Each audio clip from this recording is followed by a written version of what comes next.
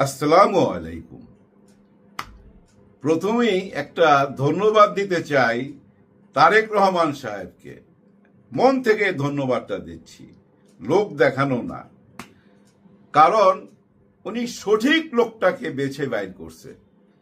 Football খেলার মধ্যে reserve player রেখা দেয় না, যে সবচেয়ে ভালো খেলে দেখা গেল যে ওর একটু পরে নামায়, হাফ টাইমের পরে নামায়।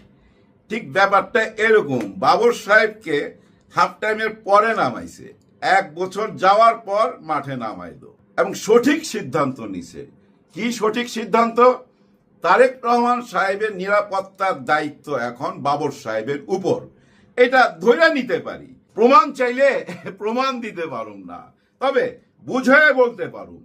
দেখেন, বাবর সাহেব একটা টাইমে স্বরাষ্ট্র প্রতিমন্ত্রী, প্রতিমন্ত্রী ছিলেন, ফুল মন্ত্রী না, অর্ধেক মন্ত্রী ছিলেন, স্বরাষ্ট্রমন্ত্রী, যার হাতে ওই যে আর্মি, পুলিশ, র্যাব যা আছে, দেশে যে আন্ডারগ্রাউন্ডে ক্রাইম হইতেছে, কে কোথায় কি করতেছে, একজন স্বরাষ্ট্রমন্ত্রীর কাছে যেসব ফোন আসে, আমাদের কাছে যেমন ফোন আসে আমাদের আত্মীয় স্বজনের, কে কেমন আছেন না আছেন, কি করতেছেন।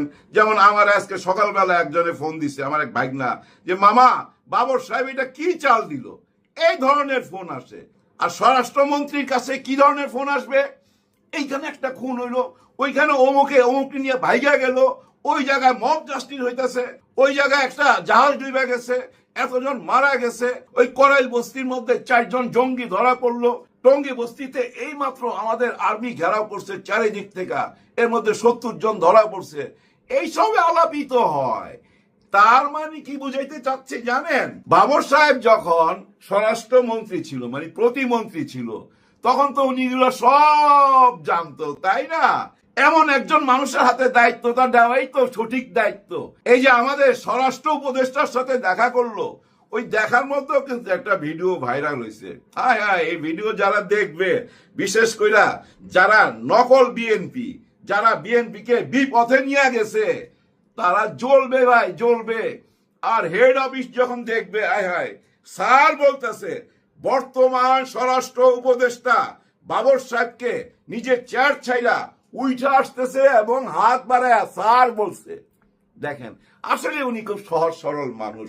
আর স্যার বলার কারণ, উনি যখন আর্মিতে ছিলেন আর উনি ছিলেন স্বরাষ্ট্রমন্ত্রী, একটু আগে বললাম না, পুলিশ প্রশাসন, র্যাব, আর্মি সবকিছু এই স্বরাষ্ট্রমন্ত্রীর হাতে, যার জন্য ওনার অধীনেই তো ছিল, ওই জন্যই স্যার বলা। আচ্ছা, একবার চিন্তা করেন তো, ওনার জায়গায় যদি যে কোনো একজনের পাঠাইতো, ধরে নেন সালাউদ্দিন আহমেদ সাহেবকে পাঠাইতো, আমাদের স্বরাষ্ট্র উপদেষ্টা জাহাঙ্গীর সাহেব, স্যার বলতো কি? না, বলতো না, নিশ্চয়ই বলতো না। ওনাকে বলার পিছনে কারণ অতীতটাকে মনে রাখছে। ওই যে আমি বলি না, উনি ভালো মানুষ। যারা অতীত মনে রাখে ভাই, তারা সত্যি ভালো মানুষ। স্যার বইলা উনি কি ছোট হয়েছে? না, এই ইয়াং জেনারেশনের কাছে আরো বড় হয়েছে। আর যারা ওই যে খুদ ধরার অভ্যাস, তারা তো বলবেই, কোন একটা ব্যাপার আছে, কোন একটা সন্ধি হইতাছে, উনি কেন এত খুশি হইলো ওনারাই দেখা।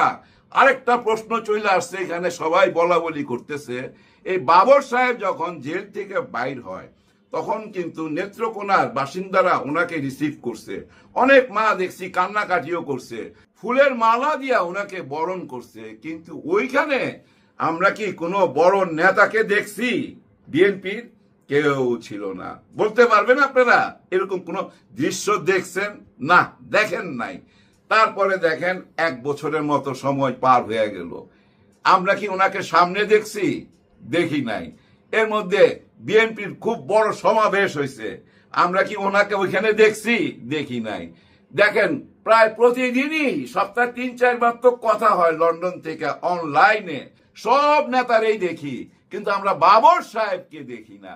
যার জন্য বললাম, বাবর সাহেবকে রেখে দিয়েছিল রিজার্ভ প্লেয়ার, ওনাকে এখন আনা হয়েছে। এখন কথা হচ্ছে যে আমার ভাগনা আমারে ফোন দিল, একটু আগে বললাম যে মামা এটা কি চাল দিল। চালের কথা কেন বলছে জানেন? বাবর সাহেব একটা বোমা ফাটাইছে। কি কথাটা ভাই, কঠিন একটা কথা বলছে। দিল্লিতে এস আলম যে টাকা পয়সা দিছে, আমরা এতদিন আলোচনা করতেছিলাম, কেউ তার চোখে দেখি নাই, 4,500 কোটি টাকা। ওই টাকা দিয়া বন্দুক কিনা, ওইটা এই দেশে অলরেডি পাঠায় দিছে। হ্যাঁ ভাই, কিছুদিন আগে কাঁচা মরিচের বস্তার ভিতরে আঁশ ধরা পড়ছে, এই বর্ডারে আঁশ পাওয়া গেছে কাঁচা মরিচের বস্তার ভিতরে। ওই কথাটাই উনি বলছেন। একটু আগে বললাম না, এই দেশের আন্ডারগ্রাউন্ডে কি হচ্ছে না হচ্ছে সব কিছুর খবর তাদের কাছে থাকে। দেশের যত গোয়েন্দা বিভাগ আছে না, সবাই প্রধানরা সারাক্ষণ কিন্তু ওই স্বরাষ্ট্রমন্ত্রীর সাথে যোগাযোগ করতে থাকে, ওনার কানের কাছে বলতেই থাকে এই হয়েছে এই হয়েছে। আর এই বলাটা কিন্তু কোনো আনন্দ উৎসবের খবর দেয় না, সব কিছু কিন্তু বুঝা নেন ওই খুন খারাপি বরবাদির নিউজ, সব ব্যাড নিউজ গুলা কানে আসতে থাকে। আর ওই ব্যাড রাস্তাগুলা স্বরাষ্ট্রমন্ত্রী তো ভালো চিনে, আর উনি চিনে বইলাই বাবর সাহেব ওই দায়িত্বটা পাইছে। ওই ব্যাপারই আলাপ করতে গেছিল নিরাপত্তার ব্যাপারে তারেক রহমান সাহেবের, যে উনি আসলে কিভাবে নিরাপত্তা দেওয়া যায়। আর আর্মসের কথাটা বললো কেন, ওই আর্মস যে ঢুকছে এই নিউজটা ওই দুজনের মধ্যে আলাপ হয়েছে, দুই স্বরাষ্ট্রমন্ত্রী সাবেক আর বর্তমান দুজনের মধ্যে আলাপ হয়েছে। ওই আলাপেরই বহিঃপ্রকাশ কিন্তু সাংবাদিকের সামনে বলা যে অবৈধ অস্ত্র ঢুকতেছে ভারত থেকে এস আলমের টাকায়। এখন দেখেন এই ব্যাপারটা আরেকটা দিক আছে। এস আলমের টাকা মানে ভারতের টাকা, দিল্লির টাকা, শেখ হাসিনার টাকা। তার মানে উনি সরাসরি ভারতের বিরুদ্ধে কথা বলল। উনি তো ভারতের বিরুদ্ধে বহু আগেই কথা বলছে। ওই যে 10 ট্রাক অস্ত্র আসছিল ওই টাইমে তো উনি ক্ষমতায়, উনার আমলই তো এটা হয়েছে। ওই মামলায় তো উনি 16 বছর এই জেলে ছিল, ঝুলা যাইতো তো ভাই, অল্পের জন্য বাইচা গেছে, আল্লাহ হায়াত রাখছে। আর এই জেলখানার ভিতরে উনার উঠা বসা হয়েছে কাদের সঙ্গে জানেন? জামাতে ইসলামের সমস্ত নেতার সঙ্গে। অনেক নেতা এখন পৃথিবীতে নাই, বাবর সাহেবের সাথে কিন্তু ওনাদের অনেক আলাপ আলোচনা হয়েছে, যার ফলে দেখেন বাবর সাহেব পুরা বদলে গেছে না। 5 ওয়াক্ত নামাজ পড়ে, দাড়ি টুপি, কথার মধ্যে বোঝা যায় আলহামদুলিল্লাহ ইনশাল্লাহ, সবকিছু আল্লাহর উপরে ভরসা করে, কথার মধ্যে তো বুঝতে পারেন। কিন্তু এই একই লোক কিন্তু ওই আমলে হায় হায় সানগ্লাস আর মাথার মতো বলছেন জেল মাখা, আর শার্ট, এক শার্ট 2 বার পরতো না তো। হ্যাঁ, ওনার ঘর থেকে শত শত শার্ট পাওয়া গেছে তো উনি যখন অ্যারেস্ট হয়েছিল। খুবই শৌখিন ছিল ভাই, আর লুকিং ফর শত্রু বইলা তো ভাইরাল হয়ে গেছিল। আর ওই 10 ট্রাক আর্মস আনার কারণে উনি এই দেশের ইয়াং জেনারেশনের কাছে হিরো হয়ে গেছে, আর ভারতের কাছে শত্রু হয়ে গেছিল। আর ভারতের কাছে শত্রু হয়েছে বইলাই উনাকে সামনে আনা হয় নাই, ওই রিজার্ভ প্লেয়ার হিসাবে রাইখা দিছে। কারণ উনাকে যদি বাইর কইরা সামনে আনা হয় মাইন্ড করতে পারে, গুসা করতে পারে। কিন্তু বর্তমানে সবাই বুঝা ফেলাইছে, এ টু জেড সবাই বুঝা ফেলাইছে। আর যারা বুঝে নাই তারাও বুঝা ফেলাবে। কি বুঝছে? যে ভারতের বিরুদ্ধে কথা বলতে হবে, ভারতের বিরুদ্ধে কথা না বললে আবার ওই যে আওয়ামী লীগ ট্যাগ দিয়ে দিবে, ভারতী ট্যাগ দিয়ে দিবে, ভোট নষ্ট হবে। কখন বুঝলো? এই যে ডাকসুর নির্বাচনে জাকসুর নির্বাচনে বুঝা ফেলাইছে। ডাকসু আর জাকসু, চাকসু আইতাছে, ওই একই ফলাফল হবে। রাকসু যখন আসবে ওই একই ফলাফল হবে, ফলাফল চেঞ্জ হবে না। কারণ কি জানেন ভাই? দেখেন এরা পাশ কইরাই মহসিন হলের ভিতরে চলে গেছে, ক্যান্টিনে যায় দেখে বাবুর্চি বুঝছেন হাফ প্যান্ট পরে চুলকাইতেছে আর রানতেছে, মাথার মধ্যে কোনো ক্যাপ ট্যাপ নাই, ওই যে একটা পলিথিনের ক্যাপ থাকে, তেলে পোকা মাছি মশা। আর ডাইলের অবস্থা, ডাইলের মধ্যে ডাইল নাই, আলু ভাজির মধ্যে আলু নাই। এই জন্য 15 দিন সময় দিছে, 15 দিন যায় নাই, আজকেই ঠিক হয়ে গেছে। সবাই পলিথিনের টুপি মাথায় দিয়ে দিছে, আর সবাই ভাইরাল করতেছে। শিবিররা আইসাই টুপি পরাইয়া দিল। এই টুপি সেই টুপি না, এটা হলো যে চুল যেন ঝইরা না পড়ে খাওয়ার মধ্যে। খাওয়ার পরিবেশ চেঞ্জ হয়ে গেছে 2 দিনে। এর মধ্যে দেখেন মহসিন হলে কি অমানবিক ব্যাপার। আর এই যে ছাত্ররা তারা ঘুমাইতো কোথায় জানেন ভাই? ফ্লোরের মধ্যে। 300 ছাত্র ফ্লোরে ঘুমাইতো, চৌকি পর্যন্ত ছিল না। অথচ বিশ্ববিদ্যালয়ের ফান্ডের মধ্যে কোটি কোটি টাকা পয়লা রয়েছে, ওরা পাস কইরা আইসাই ওইখান থেকে টাকা বাইর করে নিয়ে আইছে। টাকা দিয়ে কি করছে? আজকে 100 খাট কিনা দিছে, 100 জন আজকে খাটে শুইতে পারবে। হায় হায়, দেশের ভবিষ্যৎ থাকে মাটিতে শুইয়া। আর যারা টাকা পয়সা লুট কইরা বিদেশে যা মোজ ফুর্তি করতেছে আর ওইখান থেকে আন্দোলন চালাইতেছে। আজকে কি বলছে জানেন? এই যে সামনে দুর্গা পূজার পরেই শেখ হাসিনা দেশে ইন করবে, আর ইন করার ইঙ্গিত দিতেছে। এই জায়গায় মিছিল, ওই জায়গায় মিছিল, মিছিল আর মিছিল, জয় বাংলা স্লোগান। আওয়ামী লীগের মিছিল যখন বাইর হইতেছে, বারবার অনেক জায়গা থেকে বাইর হইছে, ওই টাইমেই দিল্লি থেকে একটা খবর আসলো যে শেখ হাসিনা বাংলাদেশে ইন করবে। কখন? দুর্গা পূজার পর। কথাটা মনে রাখেন, দুর্গা পূজার পর, আগে না কেন? দুর্গা পূজার পর কেন? তার মানে এই দুর্গা পূজা অনেক বড় ঘটনা ঘটতে পারে, এটা সবাই মাথায় রাখবেন। প্রশাসন আপনারাও মাথায় নিয়ে নেন, দেশবাসী আপনারাও মাথায় নিয়ে নেন। গত দুর্গা পূজা যেভাবে আপনারা পাহারা দিয়ে রাখছেন, সেভাবে পাহারা দিলে হবে না। এর মধ্যে প্রশাসনকেও লাগবে, আর্মি লাগবে, র্যাব লাগবে, পুলিশ লাগবে, কারণ তারা কোনো দুর্ঘটনা ঘটাইতে চাবে এই দুর্গা পূজায়। এই জন্যই বলছে দুর্গা পূজার পর আসবে, মানে দুর্গা পূজার যে ঘটনাটা ঘটবে ওর মধ্যে অনেকেই তাদেরকে সাহায্য করবে এই দেশে ঢুকার জন্য। আর কারা সাহায্য করবে?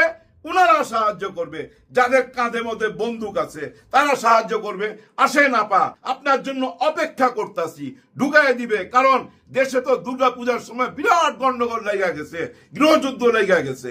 এরকম কিছু হয়ে যাইতে পারে ভাই, পারে বইলাই এই যে স্বরাষ্ট্রমন্ত্রীর সাথে সাবেক স্বরাষ্ট্রমন্ত্রী বাবর সাহেব বসছে, ওনারা এইসব আলোচনা করছে। কারণ তারেক রহমান সাহেব তো আসবে, দুর্গাপূজার পর তারেক রহমান সাহেবও আসবে। শেখ হাসিনা আসার আগে তারেক রহমান সাহেব নিশ্চয়ই চলে আসবে, আসা উচিত, তাই না? আইসা তো ঠেকাইতে হবে, এইসব মিছিল টিছিল তো ঠেকাইতে হবে না। ঠেকাইতে পারবে না, কেন ঠেকাইতে পারবে?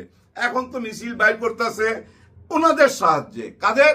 শিবিরের সাহায্যে, জামাতে ইসলামের সাহায্যে। কারণ ওনারা তো বলছে 8 মাস আগেই হাত মিলায় ফেলাইছে আওয়ামী লীগের সাথে, যার জন্য ছাত্র লীগের ভোটে ডাকসুতে নির্বাচনে জিতছে, জাকসুতেও জিতছে, এবং এই যে চাকসুর নির্বাচনে যাবে কিনা চিন্তা ভাবনা করতেছে। রাকসুর নির্বাচনে হাতছাড়া হয়ে যাবে, কারণ ছাত্রলীগ তো শিবিরের সাথে হাত মিলাইছে। আর এই হাত মিলানোর ইঙ্গিত কে দিছে? নিশ্চয়ই নেত্রী দিছে, শেখ হাসিনা দিছে। তার মানে এই যে বন্ধুত্বটা হইল, এরাই এখন আওয়ামী লীগকে ফেরত আনবে। এইটাই কিন্তু এখন বর্তমানে বুঝাইবার চেষ্টা করা হচ্ছে, এইটাই আমাদেরকে খাওয়ানোর চেষ্টা করা হইতাছে।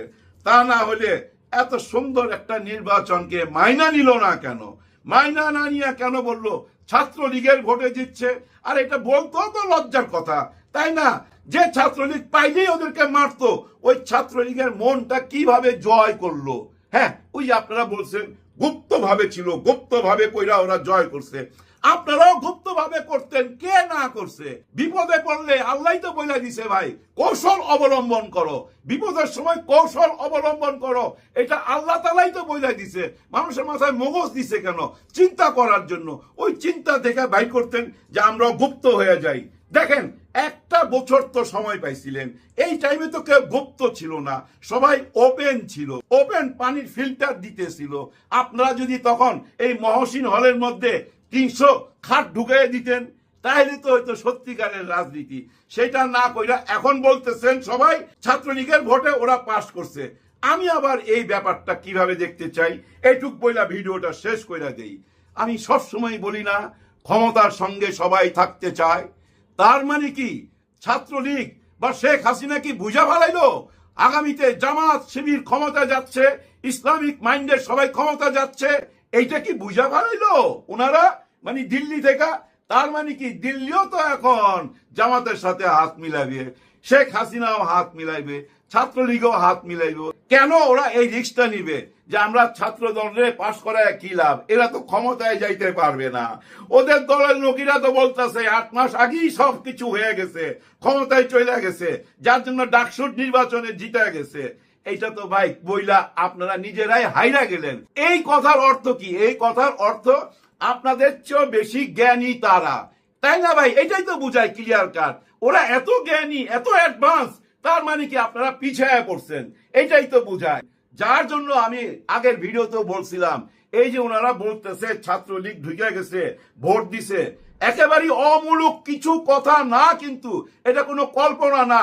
এই যে মির্জা আব্বাস সাহেব প্রথম বলছিল না ছাত্রলীগের ভোটে এরা পাশ করছে, ভাই সিনিয়র রাজনীতিবিদ তো কিছুটা হইলেও তো বুঝা ফেলাইছে। যার জন্য ছাত্রলীগের সবাই এখন থেকে শেল্টার নিয়ে নিছে শিবিরের কাছে। কারণ আগামী 5 বছর এই শেল্টারই থাকবে।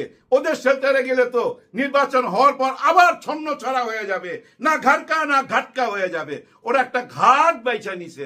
যদি আপনাদের কথা সত্যি হয়, দেখছেন আপনাদের কথায় আপনারা কিভাবে ফাঁদে পড়েন, কিভাবে গেরাকলে পড়েন। সবচেয়ে বড় গেরাকল কোনটা জানেন? এস আলমের টাকা এই দেশে অস্ত্র ঢুকতেছে, বলছে কে? বিএনপির বাবর সাহেব। এই কথাটা তো এখন চলে যাবে অন্যদিকে। হ্যাঁ, সাংবাদিক ভাইরা যদি এখন যা জিজ্ঞাসা করে সালাউদ্দিন সাহেবকে, স্যার এই যে বাবর সাহেব কথাটা বললো, এস আলমের টাকায় অস্ত্র ঢুকতেছে এই দেশে, এই কথাটা সত্য না মিথ্যা? কি জবাব দিবে? বিপদে ফেললেন না ওনাকে? এবং আমি বলবো, যদি আপনারা সত্যিকারী সাংবাদিক হন, ওনাকে এখনই জিজ্ঞাসা করেন বাবর সাহেব যে কথা বলছে এটা সত্য না মিথ্যা। তাইলে দেখবেন দুধ আর পানি আলাদা হয়ে যাবে, আমরাও বুঝতে পারবো। যাই হোক, যে যখন ঘুম থেকে উঠে তখনই তার জন্য সকাল। যে বাবর সাহেবকে লুকায় রাখছিল যে ওরা মাইন্ড করবে, দাদারা মাইন্ড করবে, সে বাবর সাহেবকে এখন সামনে নিয়ে আসছে। এতে দাদারা কি মাইন্ড করবে না? মাইন্ড তো করবেই। মাইন্ড কিন্তু এই দলের ভিতরও করবে। এই দলের মধ্যে 2-1 মাইনাস হবে ভাই, এটা মনে রাখেন। এই বাবর সাহেব হুট করেই আসে নাই, এমন না যে বয়া আসিল যে ভাই আমারে ডাকেন আমারে ডাকেন। নো, এমন কিছু না। মাঝখানে শুনেন নাই জামাতে যাইতে পারে বাবর সাহেব? জামাতের আমির সাহেবের সাথে যেভাবে বুক মিলাইছে, যেভাবে ওনারা কথা বলছে, এটা একটা গুজব ছড়ায় গেছিল না বাবর সাহেব জামাতে চলে যাইতে পারে? হ্যাঁ ভাই, এরকম একটা গেম উনিও খেলছে, জামাতের সঙ্গে হাত বাড়াইতেছিল, কথা বলতেছিল বেশি বেশি। এতেই উনার মূল্যটা বুঝতে পারছে। হায় হায়, উনি যদি ওদিকে চলে যায় তাহলে তো বিপদ। আর এই যে আজকে বাবর সাহেব যে দায়িত্বটা নিল, তারেক সাহেব আসলে নিরাপত্তার দায়িত্বটা এখন বাবর সাহেবের হাতে। সলিড দায়িত্ব না ভাই? ওই কালো পথ, অন্ধকার পথ তো উনার চিনা। ওই পথ দিয়ে কেমনে চলতে হবে, কিভাবে পাহারায় রাখতে হবে নিজের নেতাকে। তার মানে কি বাবর সাহেব খুব কাছে চলে গেল কার? লিডারের, তারেক রহমান সাহেবের।